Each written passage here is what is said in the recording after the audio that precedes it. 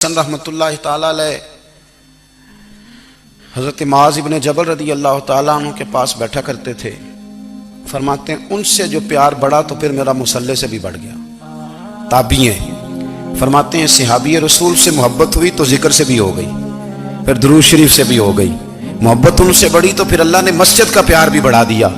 आप फरमाते हैं कि मेरी हर वक्त तबीयत चाहती थी कि बस अल्लाह अल्लाह करूं, बस अल्लाह अल्लाह करूं, बस ना मैं जरा थोड़ी जान छुड़ाऊं लोगों से, कुछ 10 मिनट मिले तो मैं कुछ 4 नफल पढ़ लूं, मैं थोड़ा सा ना बचूं लोगों से और मुझे तस्बीह मिले तो मैं ना कुछ 400-500 दफा इस्तिगफार पढ़ूं, सुभान अल्लाह अल्हम्दुलिल्लाह अल्लाहु अकबर ला हौला वला कुव्वता इल्ला बिल्लाह, मैं ना तस्बीहात पढ़ूं। फरमाते हैं कि बच्चे थे घर में 6-7, गुर्बत थी, काम मिलता कोई नहीं था और मैं काम चोर नहीं था, काम ढूंढता था पर अल्लाह की कुदरत के काम नहीं मिलता था। फरमाते हैं कि मैंने एक दिन अपनी अहलिया से कहा कि आज मैं फिर जाता हूँ काम ढूंढने, तो मेरी बीवी बड़ी फर्मा बरदार थी पर उस दिन ना गुर्बत के हाथों तंग आके कहने लगी आज ना कोई तू चीज़ लेके आया और मुझसे बच्चों की भूख नहीं देखी जाती, ये सब रोगां दा रोग मुहम्मद जिसदा नाम गरीबी, कंड बुला के लंघ जाते नहीं दोस्त यार करीबी, आज ना कुछ लेके आया तो मैं बच्चे लेके लेके चली जाऊंगी। शेख फरमाते हैं कि मैं बड़ा परेशान घर से निकला पर मैंने सुबह से लेके जोर तक काम ढूंढा, काम मिला कोई नहीं। तो मेरे दिल में ख्याल आया चलो काम नहीं मिलता तो अल्लाह अल्लाह तो करे ना, चलो बंदों की मजदूरी नहीं मिलती तो रब करीम की इबादत ही करते हैं। फरमाते हैं कि मैंने ना फुरात के पानी से वुजू किया, नहर के, शदीद धूप थी, साथ रेत थी और रेत तप रही थी, मैंने अपना रुमाल वहीं मुसल्ला के तौर पर बिछा लिया और फरमाते हैं कि जोर से लेकर असर तक नमाज पढ़ी, धूप भी पूरे जोर पे पर मेरे सजदे का ज़ौक़ भी पूरे जोर पे।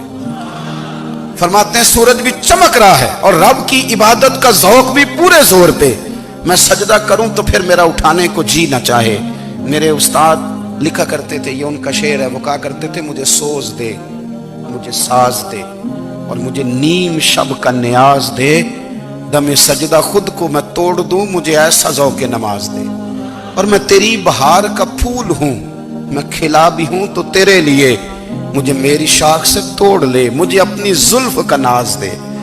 भाई फरमाते हैं कि असर तक मैंने नफल पढ़े, दिल ढलने लगा, असर की नमाज पढ़ी और मैं वहां से चला।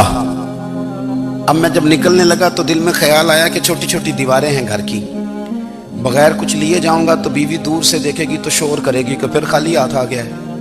कहते मैंने अपने उसी रुमाल में जिसमें मैंने नमाज पढ़ी थी ना, रुमाल में की आखिद पंजाबी जसाफा कहते हैं, उसी में ना मैंने कुछ रेत भर ली कि वो दूर से देखेगी तो समझेगी कुछ लेके आया है, चलो जाके उसे बता दूंगा कि आज फिर मजदूरी नहीं मिली। कहते हैं वो रेत लेकर जब मैं घर में गया तो पहले बीवी दरवाजे पे खड़ी होती थी, पूछती थी खाली हाथ आ गए हो, आज मैंने देखा तो है ही कोई नहीं। फरमाते मैं अंदर दाखिल हुआ, सलाम लिए, कोने में मैंने वो रुमाल रख दिया और मैंने आवाज दी कि भली मानस कहाँ हो, तो वो कहने लगी आप मुंह हाथ धो ले, मैं रोटी लेके आई।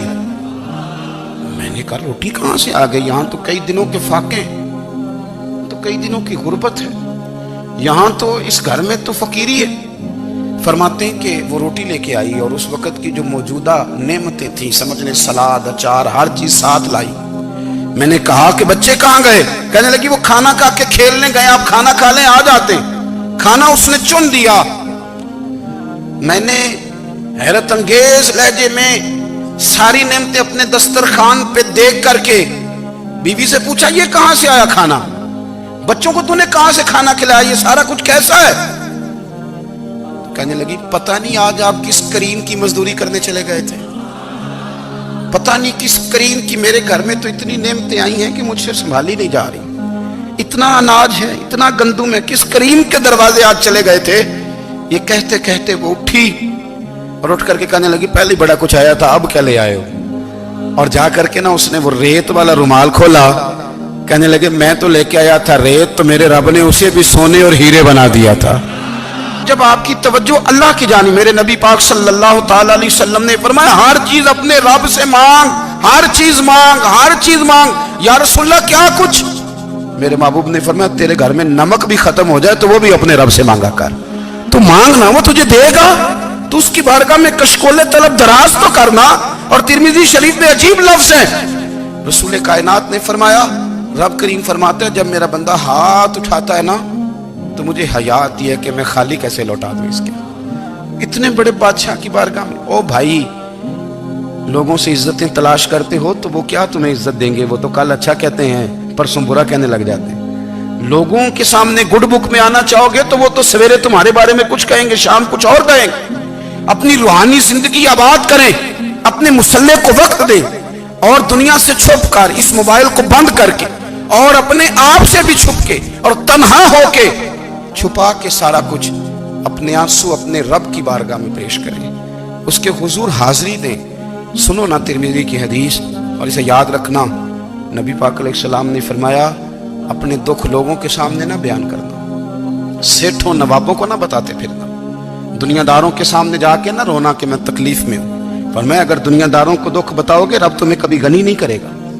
اور لوگ ہیں کہ الٹا مذاق اڑائیں گے، آپ کی جس سے بڑی پکی یاری ہے نا، پکی، وہ تب تک پکی ہے جب تک آپ نے 50,000 مانگا نہیں، اور جس وقت آپ نے کہہ دیا کہ میں مجبور ہوں میری مدد کر تو پھر ختم ہو گئی دوستی۔ لوگوں کی تعلقات آپ کے ساتھ تب تک ہیں جب تک آپ ان سے کوئی ضرورت وابستہ نہیں کرتے۔ کریم ابو فرمانے لگے بندوں کے سامنے دکھ نہ بیان کرنا، اللہ تجھے کبھی غنی نہیں کرے گا۔ تو اپنے دکھ اپنے رب کو بتا، تو دعائیں مانگ، تو اس کی بارگاہ میں حاضر ہو، تو اس کے حضور عرض کر۔ فرمایا اپنے دکھ اپنے رب کو بتا، وہ جلدی کرے یا دیر سے کرے تجھے ساری دنیا سے بے نیاز کر دے گا، تجھے کسی کا محتاج نہیں رہنے دے۔